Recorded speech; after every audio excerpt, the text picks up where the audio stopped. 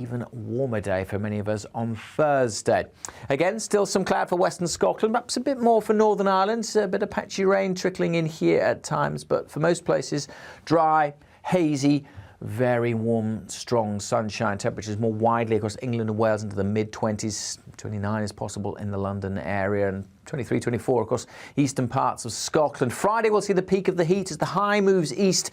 Even hotter air wafts up from the continent. 33, 34 possible in the southeast, but starting to turn cooler from the north. A bit of uncertainty about when the cool air arrives in the south, but certainly changes through the weekend with the risk of some showers.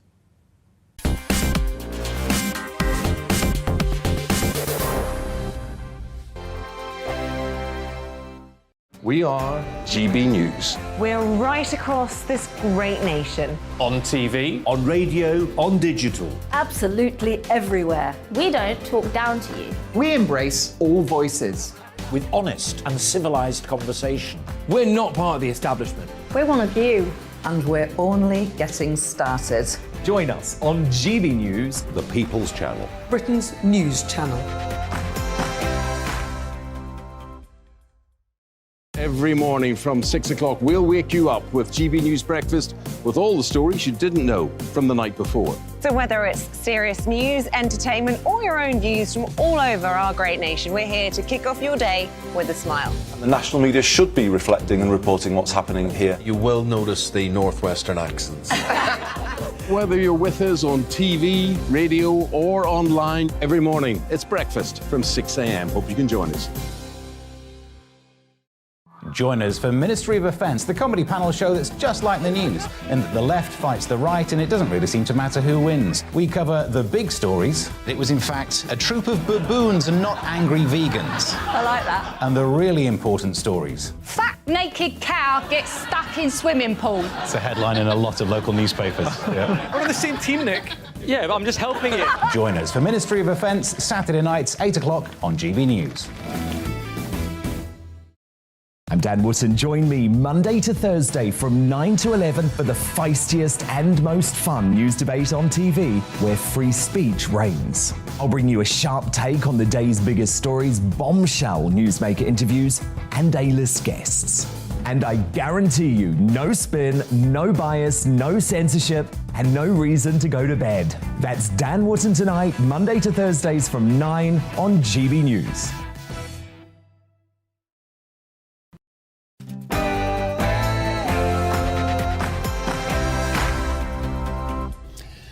Hey, welcome on tonight's Mark Steyn show. John Bowe, you know him from Coronation Street and Emmerdale, but tonight he's going to lead us down Vaccination Street to Jabberdale. And is the kingdom kaput? Nicola Sturgeon wants out, and in Dublin and Brussels they're determined not to let Liz Truss get away with gutting the protocol. Jamie Blackett will tackle the Scots end of things, and Baroness Hoey the Irish. And John O'Sullivan is here on the 40th anniversary of the Falklands victory to remind us of when Mrs. Thatcher could project a strong, confident Britishness all the way to the South Atlantic. Plus, the most vital part of the show, all the more important when we live in the constant swirl of a blizzard of lies, your comments and questions. Give it your best, be as tough as you want. We always like ad hominem insults, references to the ghastly state of my hairpiece and my one look from which my ravaged visage, from which late middle age has now totally fled. Send along anything as rude as you wish. Email gbviews@gbnews.uk, or you can Twitter me at gbnews. But first, as ever, the news with Polly Middlehurst.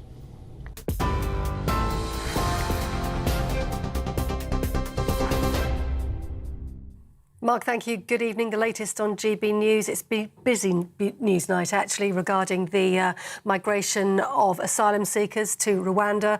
Just within the last hour, the European Court of Human Rights has weighed in and issued an order preventing the deportation of one migrant to Rwanda. They'll have to stay in the UK until 3 weeks after the final judicial review of the government's policy. If you're looking at GB News on television, you can see we're showing the live live shot of that government chartered flight, which is waiting to receive the migrants that hopefully are on their way to Rwanda. Certainly from the government's point of view, that MOD Boscombe Down in Wiltshire.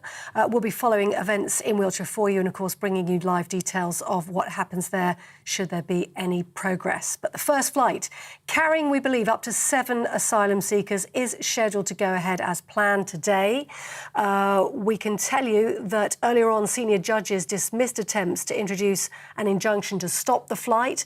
And also earlier on today, the Supreme Court refused to hear an appeal by one asylum seeker who's scheduled to be on that flight. The court's president saying that if the government's policy was found to be unlawful, migrants would simply be brought back to the UK. The Prime Minister, Boris Johnson, has got on record saying he always knew it would be a long legal process. When I first announced the policy, I said it would take a long time to get going. There would be plenty of legal challenges, there would be bumps on the road. But I think what opponents of the policy have to say is, well, what is your alternative? What is your alternative to people being shipped across the channel in very frail, unseaworthy dinghies, risking their lives and undermining the rule of law? Boris Johnson, well, we keep an eye on events in MOD Boscombe Down in Wiltshire for you. We can tell you that in other news today, Scotland's First Minister says there's an indisputable mandate now for a second referendum on Scotland's independence from the United Kingdom. Speaking in Edinburgh, Nicola Sturgeon said it would allow for a wealthier, fairer and more resilient Scottish nation, adding people in her country were suffering from many implications of a Brexit they didn't vote for. Scotland previously held a referendum in 2014 on the issue, with 55% of the country voting against independence. But Ms Sturgeon says the country is more prepared now than it was then. The Foreign Secretary says the EU has absolutely no reason to retaliate against government plans to override the Northern Ireland Protocol. It's threatened legal action if the changes go ahead. Ireland's Foreign Affairs Minister Simon Coveney warned it could destabilise peace in the country. The government claims the new rules would just make it easier for goods to travel there from Great Britain. And here in London, several hundred people have taken part in a silent walk to mark the 5th anniversary of the Grenfell Tower fire. That comes after the Duke and Duchess of Cambridge joined survivors and bereaved families, laying a floral tribute to 72 people who died in that blaze. And earlier today, the names of all victims were read out at a memorial service at Westminster Abbey. And a 72-second silence was also observed at a shopping centre in West London.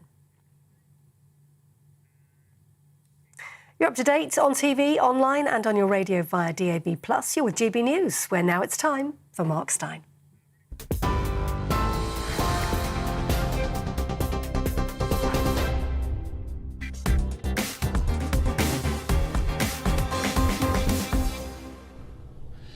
Ooh, all very exciting. So the Rwanda flight is not quite in the air yet, and the European Court of Human Rights, whatever that is, and why we are still a member of that thing, heaven knows. But the European Court of Human Rights has pulled off another deportee to Rwanda. So what are we down to now? I think that's about 7. There'll be no problem social distancing on that flight when it takes off, as it's expected to do.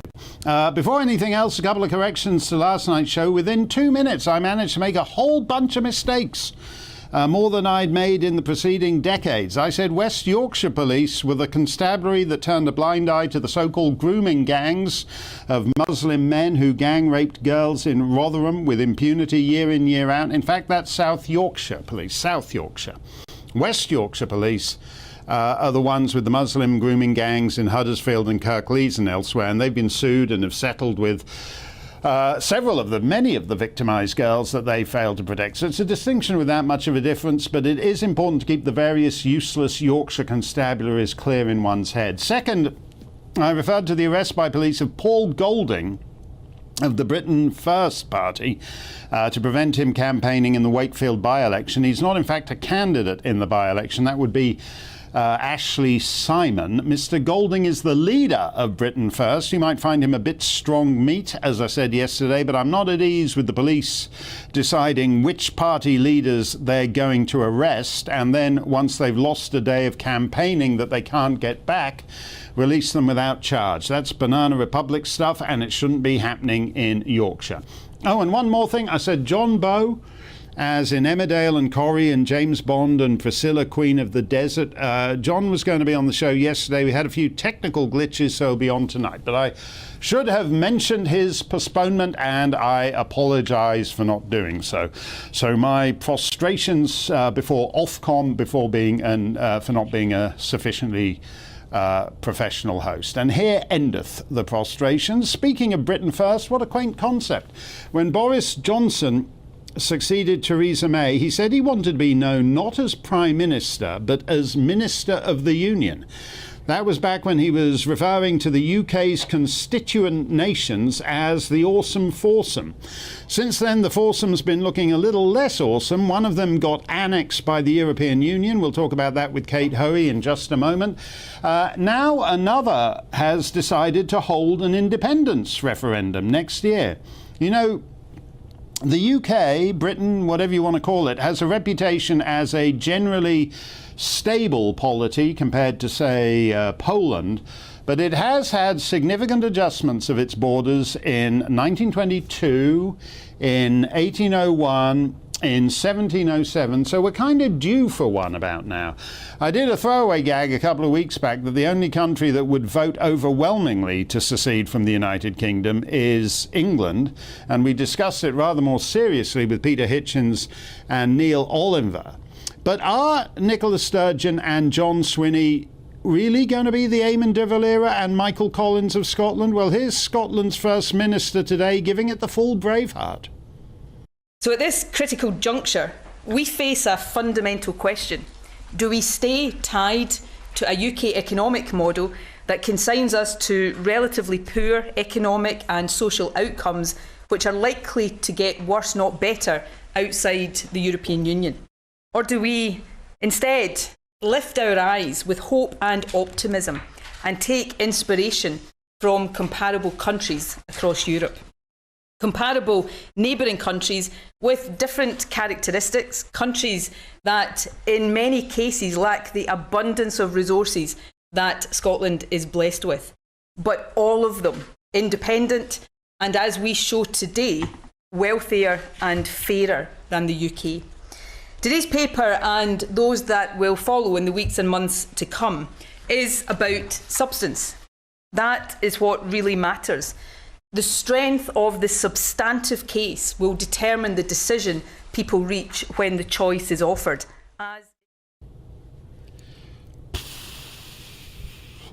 Not great, is it? Sorry, you tried that last time. The economic argument for secession. That's not why people vote to set up a separate country. Oh, don't worry, your benefit checks aren't going to be any smaller. That's not a nationalist movement's rallying cry. Scotland is a great historic nation that's made a spectacular contribution all over the world. The things that work were built by Scotsmen. But if Nicola Sturgeon wants to talk numbers, here's the one that matters, 1.29. That's the Scottish fertility rate. It's what demographers call lowest low fertility, because once you start having that few babies, no society in human history has ever recovered. 100 Scots have 65 children, have 42 grandchildren, and 27 great-grandchildren. And if you keep that up for a couple more generations, you don't need a country, because you'll all be able to fit in a rusting 1973 Ford Cortina up on bricks at the side of the road. The future belongs to those who show up, and the Scots aren't showing up. Let me know what you think about that. gbviews@gbnews.uk. Jamie Blackett's the author of a new book, Land of Milk and Honey, which is out this very day. It's great to see you, Jamie. You have some fascinating things. You don't even like the term union and unionist. Your new concept for these islands is unity. Explain that a bit. Well, the union is something that happened in 1707, Mark, as you've just mentioned. And I think we should stop talking about it and accept that we have unity in the United Kingdom. And what's really important is that we are all one family, literally.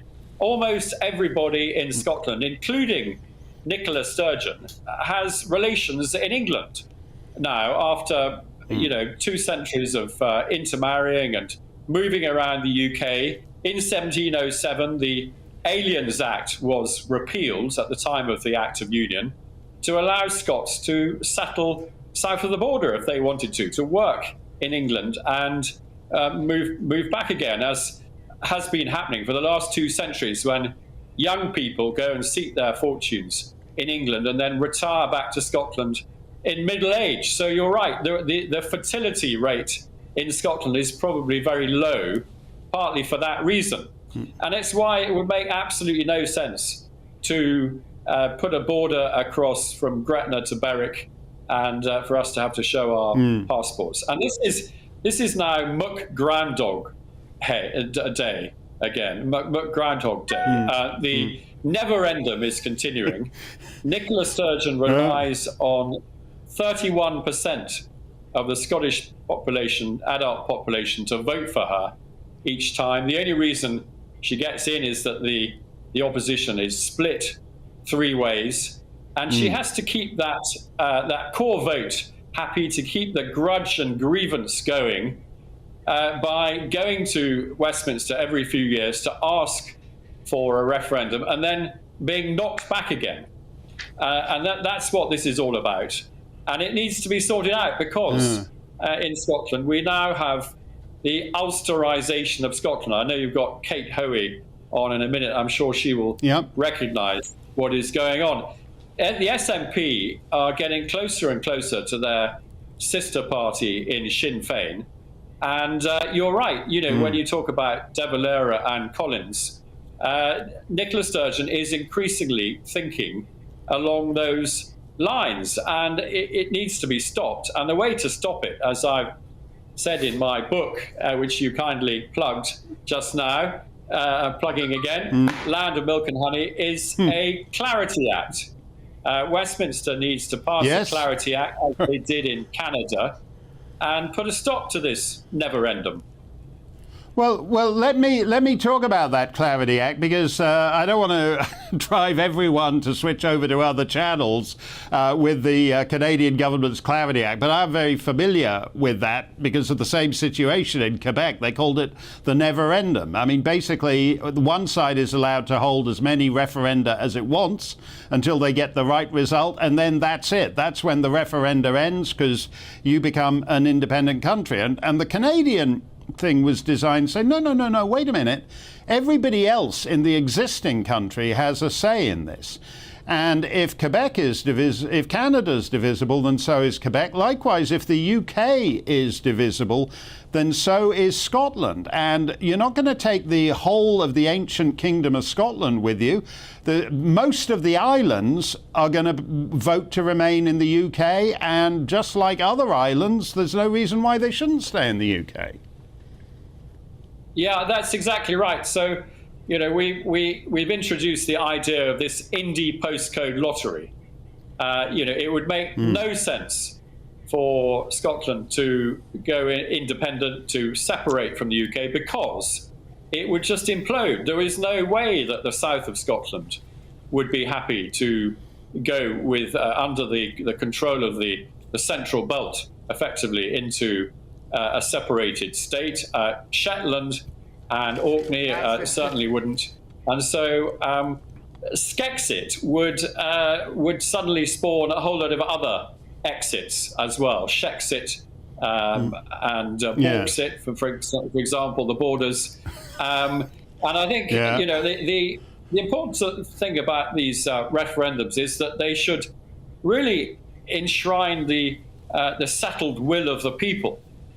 They shouldn't just provoke division. And that's why I think a Clarity Act with a higher bar for triggering it, and then for actually seceding and taking the whole of Scotland with you into a state that would actually work, where everybody would be happy to be in it, it would be the only way to go forward. And I think that a Clarity Act would would enshrine that in law. And obviously there is a rather unfortunate precedent, but in 1922, obviously Ulster did not go with the rest of Ireland into a separate state, and it caused bloodshed.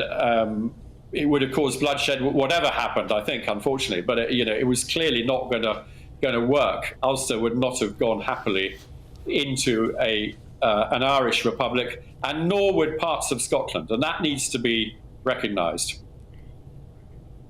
Well, since we are all making these Irish comparisons, whatever you feel about Eamon de Valera, he was a serious man. I don't regard Nicola Sturgeon as a serious person in that sense. And this narrow economic argument, which I think is pathetic for a great nation, the Irish in the 26 counties between the Easter Uprising and 1921, when they did the deal, they weren't saying, "Oh, don't worry, your welfare check is going to be as big as it was under London." They just wanted their own. They wanted their own country, and they'd make the economics of it work.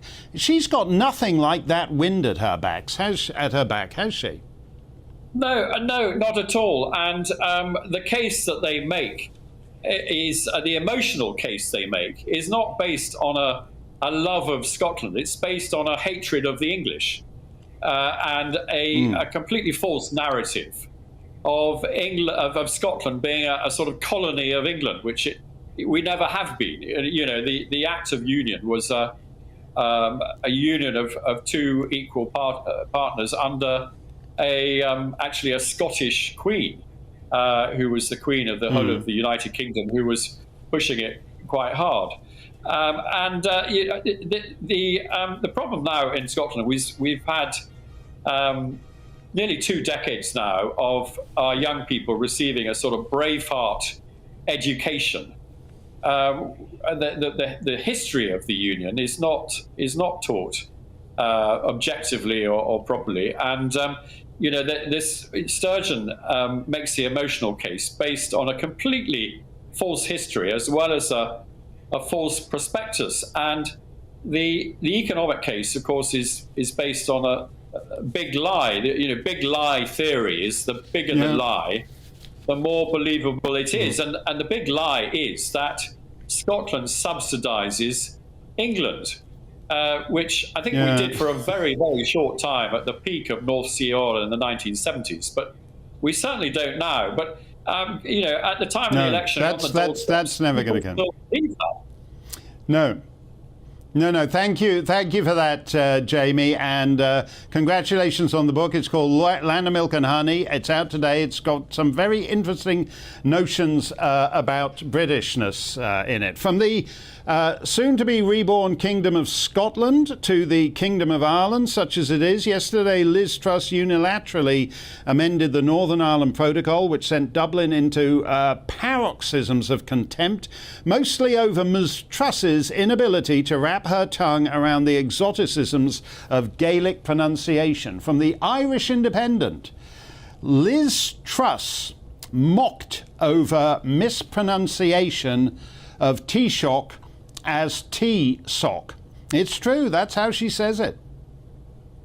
So I would strongly encourage the Irish Taoiseach to discuss this with the EU, to get a change in the mandate, and then we can go to the negotiating table. The Irish Taoiseach, that's the extra long tea bag as designed by the EU.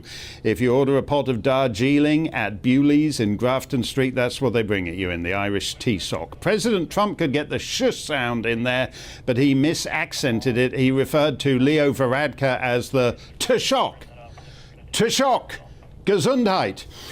Given the proliferating Gaelic on Scottish street signs, we can soon expect Nicola Sturgeon to start referring to herself as the Cian Swede of Scotland. This is what happens when people who aren't foreign to each other have to devise ways to pretend that they are. Anyway, here is our favourite unionist, Baroness Hoey, to T-socket to the EU and all their commissars. It's great.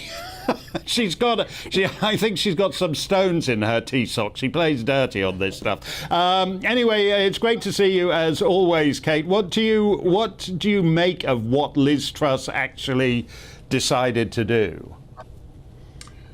Well, of course, I welcome the fact that finally we've seen something in writing about what needs to be changed on the protocol. I mean, we've talked many, many times about all the problems it's causing both economically and constitutionally. And finally, despite what everyone said, the protocol could never be changed, you know, the government will never do it.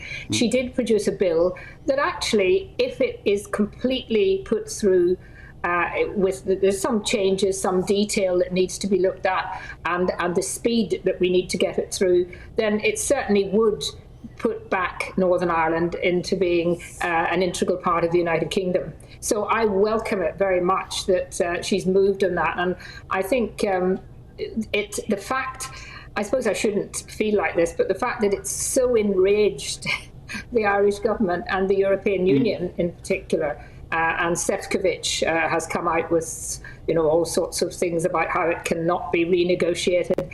Having said, of course, for the last 6 months that the UK wasn't negotiating properly. So I'm pleased, but you know, it's a long way to go. I think it will get its second reading in principle in the House of Commons before the summer recess. But then I'm afraid it goes into you know, where I am in the House of Lords, and there will be a very, very strong reaction to it, using all this legal stuff about whether it breaks international law, which of course the government is saying it isn't. So it's a move, it's welcome, but we've got to get it actually into law. We've got to enact it. And in the meantime, I don't think there will be any move to get devolution back in Northern Ireland until there's been a huge amount of progress, and that's not going to happen for some months.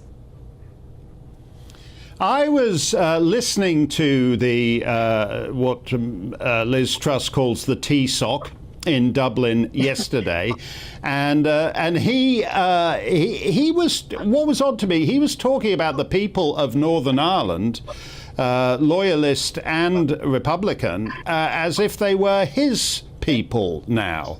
That's yes. An effect of the protocol, isn't it? Yes, I mean, the original Good Friday Belfast Agreement had 3 strands, and strand 1 was internal matters in Northern Ireland, that the Irish government were not to have any say in it. I'm afraid that the previous Secretary of State, Julian Smith, at the time, after 3 years of no assembly in Northern Ireland, brought in Coveney, the foreign minister, and spent a lot of time with them on internal matters. And now we're seeing it's almost like they think they're running Northern Ireland. And what makes me very angry, and I think a lot of people angry, is that the UK government doesn't step in and actually correct them. Now, they have been a little bit tougher with the Irish government in the last couple of days, but they should be making clear that it's none of their business aspects of what's going on. The Irish are there as part of the European Union. Of course, they're a co-signatory to the Belfast Agreement, but the Belfast Agreement is being broken because of the action of the Irish government, and the Irish government would have been much better to have actually spent some time harassing the European Union Commission to tell them what was really going on in Northern Ireland, because I think it's pretty clear that the European Union Commission had no real understanding of what was happening here, and the feelings and strong emotions about the kind of things that you were talking about with Jamie over Scotland. That's precisely the feeling in Northern Ireland.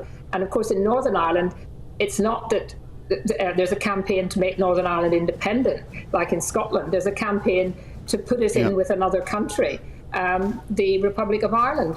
And of course, it's also not about the economy, because there's no way that that those campaigning for United Ireland can say that it's good, that they're all going to be so much better off. They're only going to be able to be better off if the British government continues to pay lots of money. So there are hugely big differences between Scotland and Northern Ireland, but ultimately it's not about the economy, it's about feelings of your identity, where you feel happy with, where you want to be part of. And being part of the union is something we feel very strongly about. But the EU is using Northern Ireland because if you want to make Brexit a failure in Brussels, which they do, you use what you have to hand. And they saw the Irish border as their way of making Brexit a failure and teaching a lesson to all their other members. What I don't get is that for those guys in Dublin, this is real. And they surely should be saying to Brussels and to Setkovic and these other fellas, you guys need to back off. We have to live with the consequences of, it's just a game to you, but we have to live with the consequences of it. Mm.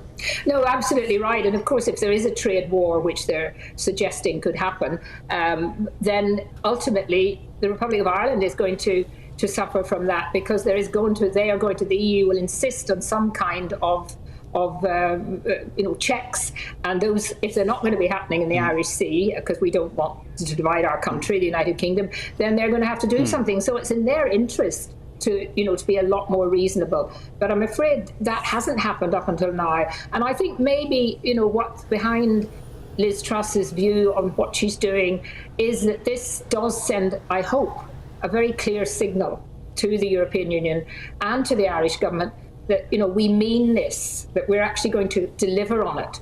And therefore, they have to start getting real about the situation, as you say, and start putting some pressure on the European Union to realise that they're not going to, so what if they take this legal action? So what? Let them. Yeah. I really don't understand what the, what are they going to do? No. Another court saying that they're illegal. So what? Yeah.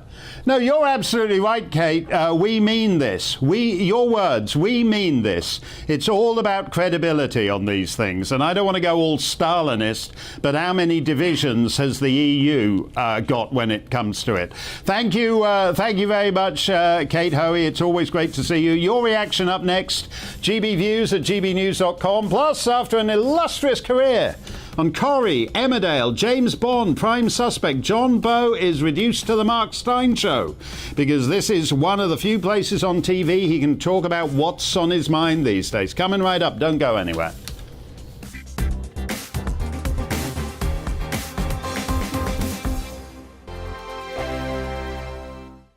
We are GB News. We're right across this great nation. On TV, on radio, on digital. Absolutely everywhere. We don't talk down to you. We embrace all voices.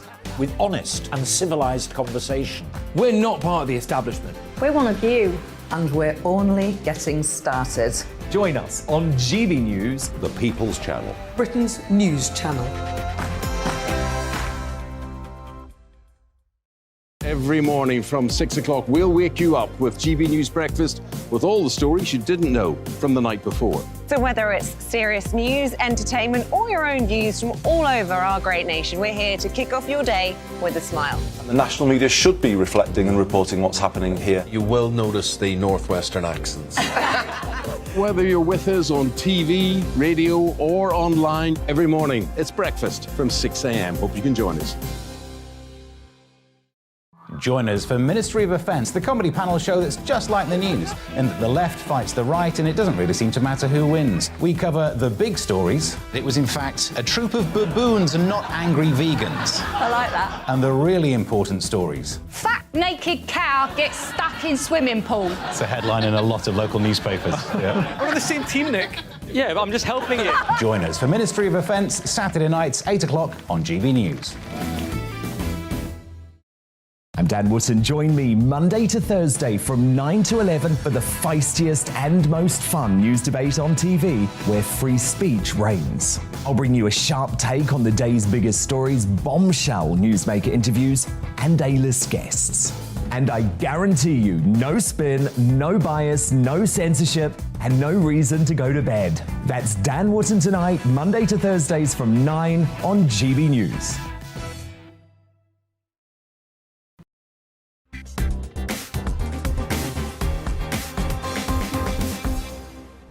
Hey, let's get to your comments. Daryl says, I do not think Nicola Sturgeon will succeed in getting a new referendum, but I do think many English people are getting a bit fed up with being told that Scotland wants to leave the Union. Let them have their independence, but don't come back in 30 years with your tails between your legs. I gave you the demography of Scotland. There's only going to be 3 Scotsmen left in 30 years. They'll be forced to retreat to... They'll be beyond the Scottish... They'll be living on Rock Hall by then. That's the way it's going to be. Fiddle Maback, is that his name? I think this is somebody who's half Cuban, half Scottish. Fidel Maback, maybe. Anyway, Fiddle Maback says, I don't care so long as the English never have to pay another penny to Scotland. There are closed borders and no silly voting allowance in England, as was given to ERA citizens living in UK after independence. That's a good point. You know, in the 1980s, the Earl of Gowrie sat in the UK cabinet on an Irish passport. Interesting. So very generous, the English, but maybe this is all strange. We don't want Scotsmen. After the independence, there shouldn't be Scotsmen in the cabinet at Westminster, although there probably will be. Because they don't mean it, to go back to what Kate Hoey was saying. The Most Reverend and Right Honourable Justin Welby, Archbishop of Canterbury, has been weighing in on the Rwanda plan. He says, quote, deportation of asylum seekers should shame us as a nation. Would it kill you to knock it off with the politics and preach the gospel occasionally? I'd be in favour of deporting His Grace to Rwanda, where the Anglican Church is much stronger than it is in England. It's much stronger throughout Africa, in part because, unlike the Archbishop of Canterbury, the African bishops understand there are no takers for a faith that has no faith in itself. Justin Welby missed all the Jubilee observances because he had a bad dose of the COVID. As we reported yesterday, Justin Trudeau has been jabbed up the wazoo, and he's now stricken with COVID for the 3rd time. Justin Bieber's face is paralysed with Ramsay Hunt syndrome, which the BMJ has connected with the COVID vaccine. I believe there's a new peer-reviewed paper coming out in The Lancet suggesting that the best predictor of adverse outcomes from the vaccine is having the name Justin. Just something you might want to bear in mind when you're christening your newborn. John Bowe has had a splendid career on stage and screen. Bond movies, West End musicals. I'll single out just one more. He was terrific in Prime Suspect with Helen Mirren. And I happened to be on the BAFTA jury that year, and so we had the pleasure of giving that show the award for Best Drama. John is a fine actor, but of late other areas have beckoned to him. John, what was it? What happened to make you suddenly grow interested in what's happening with these COVID vaccines? Well, I suppose it goes back to late 2020, around Christmas time, when I saw Pierre Corey doing his presentation to the Senate in Washington about ivermectin. And I was very impressed with what he said. I was impressed with his sincerity, his emotion, and as an actor, I think I can recognize sincerity. And so I became interested in that, and then the Bird Group, British Ivermectin Recommendation Development Board, they contacted me. I became a member of that. And through that, I had contact with Dr. Tess Laurie, and she did a fantastic meta-analysis of ivermectin, which, because I knew some MPs in Westminster, I'd been involved in the campaign for the Chennai 6 just a few years earlier, getting them out of India. I was able to say that, look, let me forward this to the Health and Social Care Committee, headed by Jeremy Hunt. And I know they received it because it was handed to them by a certain MP's assistant, who I know, in Westminster. To this day, so that happened early in 2021. To this day, Bird Group and Dr. Tess Laurie have not even had an acknowledgement that they received that. And I started to smell a rat. And then when I heard about the EUA process and the FDA in America waving through the mRNA vaccines for an EUA, and on the back of ivermectin being suppressed in America as well, I became upset and concerned about what was going on here. And then, obviously, through Bird Group, and it's linked with the FLCCC in America, and Dr. Laurie and other doctors now that I'm in contact with from all over the world, incidentally, I started to learn about, listen, I'm no clinician, I'm no doctor, but I started to learn about mRNA vaccines, about spike proteins, polymerase ACE2 receptors, and I started to understand the process. And I found it all very alarming. So this has ended up, Mark, with me now. I've just had a sort of 3-month self-imposed exile sabbatical to think about all this stuff. And I've come back and I've decided to start this charity for the vaccine injured. It's the charity organization for the vaccine injured. And I want to do that because I think it's for us, those who chose not to be vaccinated, to be big enough to say we want to help.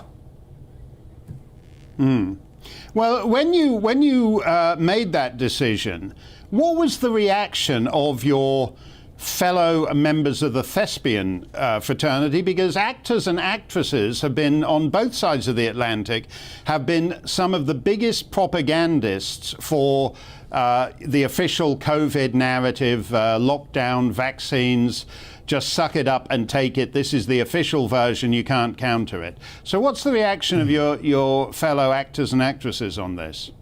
I don't know, Mark. To be honest with you, since 2019, I have had little or no contact with any members of my once profession. Because there was a kind of perfect storm that happened just as the pandemic was hitting. My agent at the time moved to another agency and didn't take me with her, so I was left without an agent. And for some months, I was kind of intrigued with the possibility of living the life without an agent. But then the pandemic hit, and then, you know, once you got into 2021, then there was the whole, well, if you're not vaccinated, you know, agents were actually, apparently, I'm told, were asking actors to fill out forms as to whether they're vaccinated or not, because obviously television companies and insurance companies were concerned that for their productions. And the consequences of people who aren't vaccinated coming on the set and infecting people. So, you know, it was a perfect storm for me. So really, my career stopped in 2019. And I've had very little contact. And certainly the little contact I've had, we don't talk about it. Okay. Now you want to do something for the vaccine injured. I find it very odd that people don't even want to acknowledge because the government and other people could, and the media could simply say, look, these vaccines are fabulous. We all love the vaccines. But yes, there are people who are dead and injured because of them.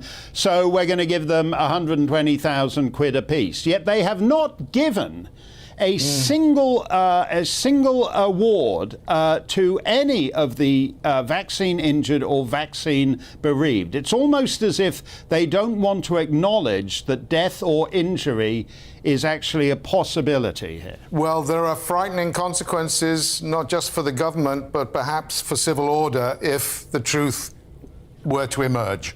It was announced by Dr. Paul Marik at the World Economic Forum that on data that they already have and statistics that getting close to 3% of all people that have been vaccinated in the world, that is 5 billion, getting close to 3% are either badly adversely affected by the vaccines or dying. That's as far as we know. I think it's way more than that. And I'm concerned. I'm concerned and I want to help people. Well, they certainly need help. There were people who had breadwinners in the family. They've lost those breadwinners. There were people who had well-paying jobs or just, rather low-paying jobs. But they can't do any kind of jobs right now. And the government has supposedly had a program for them. They haven't paid out a penny for it, which is absolutely disgraceful. Thank you very much, John. Go ahead. Yep. Yeah, carry on. Yeah, just say it. I mean, hey, listen, I'd love the government or the NHS, somebody to phone up and say, oh, this is a great idea, let's do it through us. But I'm afraid they're all still in denial. Yeah. No, that's absolutely, and it may actually be worse than denial, that they're actually trying to suppress this story as they do on social media and elsewhere. Stump the Steyn is coming up. All you have to do is email me, and we have John O'Sullivan to discuss the 40th anniversary of the Falklands War and maybe the fate of the Union too. He's going to wrap up the day for us. Don't go anywhere.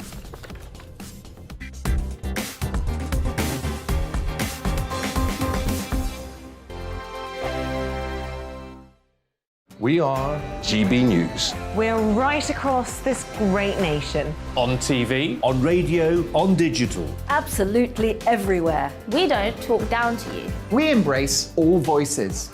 With honest and civilised conversation. We're not part of the establishment. We're one of you.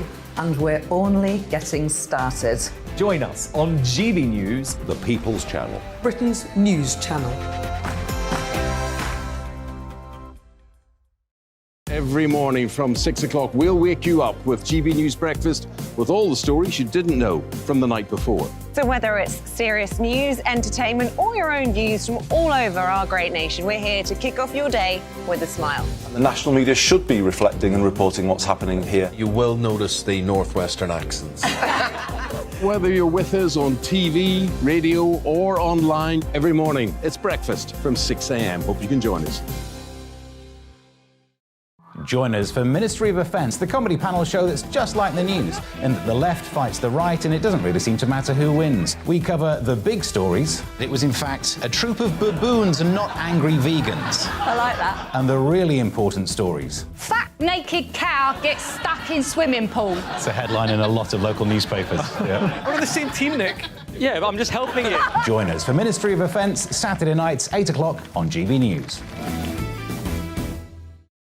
I'm Dan Wootton. Join me Monday to Thursday from 9 to 11 for the feistiest and most fun news debate on TV, where free speech reigns. I'll bring you a sharp take on the day's biggest stories, bombshell newsmaker interviews, and A-list guests. And I guarantee you, no spin, no bias, no censorship, and no reason to go to bed. That's Dan Wootton tonight, Monday to Thursdays from 9 on GB News.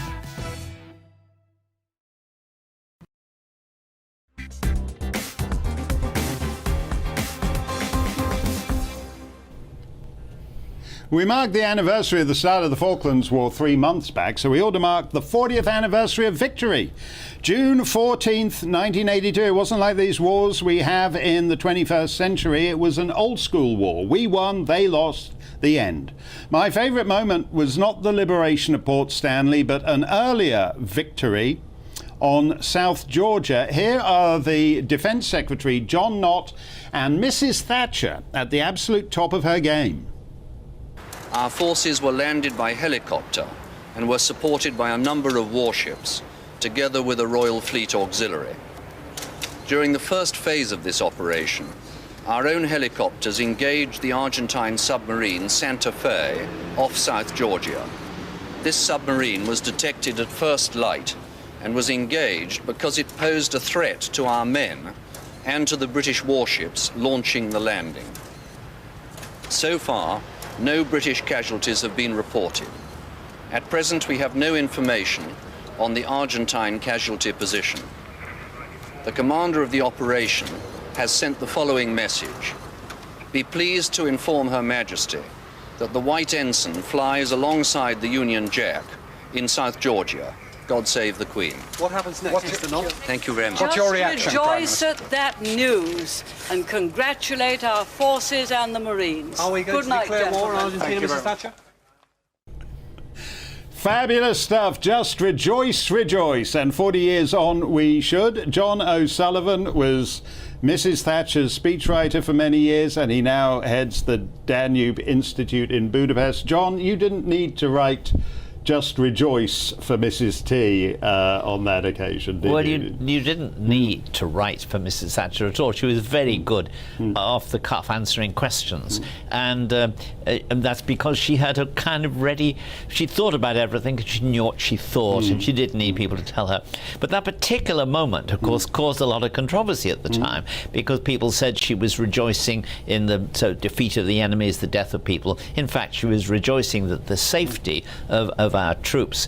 She herself wrote personally to every family of anyone who was killed or maimed in the Falklands, and she took that very seriously. She was a very serious woman morally, and she didn't like the idea of sending young men and women to die in wars, but she knew that it was sometimes necessary in order to prevent worse happening. A lot that happened was bad. 255 people killed, about 777 injured and maimed. So there were casualties. But the effects of that war on Britain, first of all, on Mrs. Thatcher's career, on Ronald Reagan's success, and on the Argentinians were all beneficial. The Argentinians lost the dictatorship and had about 30 or 40 years of reasonably good government. You have just hold up your book there, because that's a terrific read, and I read it when it came out, The President, the Pope and the Prime Minister, and you've got a passage in there about really why Mrs. Thatcher decided after the war, the usual people started saying, okay, you've won your war now can we have some UN condominium on the island? And Mrs. Thatcher's line was basically, no, now they're British forever, because we've sacrificed blood, and it was the best blood. Well, as a matter of fact, she said that in a telephone call to Ronald Reagan. Now, Reagan had been a very supportive American president in the war. He and Cap Weinberger had kept the arms and intelligence flowing to the Brits during it. But at the very end, and this is very typical of diplomats and the State Department, he contacted Mrs. Thatcher and appealed to her on the very verge of victory to, so to speak, strike a compromise. And that's when she said, we've lost a lot of blood and it's the best blood. And she refused to do so. Had she done so, maybe the Argentinians would not have thrown out the fascist junta that was ruling them. All of the things that were alleged to be damaging or potentially damaging as a result of the British taking a strong line proved to be false. The Latin America did not rise up in anger at the defeat of the Argentinians, who weren't actually particularly popular in the rest of Latin America. And furthermore, outside in the rest of the world, for example, the Soviets took notice. Two things. One is, technically speaking, the British fought a brilliant campaign. It had casualties, but it was a brilliant achievement. But more to the point, they concluded the British are serious. They will fight. They're not a paper tiger. And that enabled Mrs. Thatcher to be an important political figure in all kinds of international diplomacy later. Now, that lesson, though, you know, where on the eve of victory, the global superpower calls up Downing Street and said, oh, okay, let's start negotiating it. Do you think, I mean, basically the Falklands has been the only unambiguously one, if you go back 70 years, you know, whether you took Korea, Vietnam, to Iraq and Afghanistan, these useless unwon wars, do you think the Americans could actually have learned a lesson from the Falklands? Well, they certainly should have done. I think they did. You don't count the Cold War as a clear victory. I would myself. Well, wait a minute. There's cultural Marxists embedded in every institution in the entire, including your kids' grade school and middle school, high school and university. So how is that? Well, as a matter of fact, that is a major war, but it happens to be a civil war within our own societies. I remember when the Falklands started, a Tory MP said scoffingly of the Argentinian army. It was the only army in the world that had the banner of the National Union of Students among its battle honours. Now, I'm not suggesting we should take the same approach, but the fact is there has been a marked failure to be serious about the threat to free institutions in free societies, and we're paying the lesson for that. We have to learn to stand up and assert reasonable civilized values, which at the moment do not include what the woke people want. Well, just to go back to what Kate Hoey was saying, when she was saying that Liz Truss and Boris Johnson have to demonstrate to the European Union that, in Kate's words, we mean it. Credibility is everything. Credibility is what the Falklands victory gave Britain with the Soviet Union. What's the credibility of the United States like after Afghanistan? Well, it's very low. And there is an attempt, obviously, to regain some of that credibility by a policy of arming and giving assistance of a lot of other kinds, intelligence and training, to the Ukrainians who were fighting the battle. Obviously, though, most of the conversation about the end of the war does not envisage the kind of clear-cut victory for the Ukrainians or anyone else that you're talking about. I mean, obviously, the Ukrainians would consider it, I think, a victory if they managed to regain all the parts of Ukraine now lost to the Russians, including Crimea. But they're not obviously going to go further and try to seize part of Russia. The Russians, however, seem to have a willingness to go as far as necessary and to do as many unpleasant, nasty and illegal things to get there. And that's why anyone must be concerned that the Ukrainians will find themselves at the last minute told to accept a policy, a diplomatic compromise that leaves the Russians with quite a lot, but more important, leaves the Russians with the feeling that they can come back later and get what they lost this time. Yeah, I mean, I think there's a lot to be said for a war like the Falklands. Somebody wins it, somebody loses it. Just quickly, John, how serious do you think the threat to the Union is with what's happening in Scotland and Ulster? I don't think it need be serious, but I think it perhaps is, partly because on one side you have certainty, passion, willingness to push things beyond a reasonable limit. On the side of the British government, you don't have as yet the evidence of that, and I think that's very badly needed. And that's also true in relation to getting rid of the protocol. Yeah, that comes back to we mean it too. We've just got a thank you very much, John O'Sullivan. Let's close it out with a bit of stumping. Wendy says, what policies would you fight a general election on in 2024? I want to found the 2019 party. We're going to wind the clock back to when we were all free and civilized. And Alan says, Mark, Rwanda, Cannes or Blackpool for your holiday? Rwanda, I love the toffee apples and the Ferris wheel and the nude beach. It's way better than Cannes nude beach and way better than the Blackpool Tower. Okay, that's going to do it. Dan Wootton is gambling and frolicking among the Kiwis. So right here to titillate your Tuesday is Patrick Christys. What you got, Patrick? Always my good man. Now, tonight, right here, we're making plane watching cool. That's right, plane spotting cool, because we're hoping this Rwanda flight is going to take off live on air. You started your show with a little bit of a correction. I'm going to start mine with one right now. Yesterday, I was nowhere near hard enough on this ridiculous woke mob who've been trying to stop this plane taking off. So we're going to get stuck into that lot. The Falklands War Memorial as well. We've got Jim Davidson on, does a lot for veterans charities, also an actual veteran as well, nearly gave his life for this country. And Mark, our drag acts, OK, appropriate for children. It's Pride Month. If I was a parent, I wouldn't be very proud about a man wearing a sex toy twerking in front of my kid. 9 till 11. You heard what he said. He's just apologised for being too much of a wimp last night. So you're getting full strength, Patrick Christys. Stand well back. That's all after the weather. Stay safe, stay free. Good evening, Alex Deacon here with your latest weather update from the Met Office. Tomorrow we'll bring more of the same, more strong sunshine for most of us, a little bit warmer than today And again, the UV and grass pollen levels are likely to be high.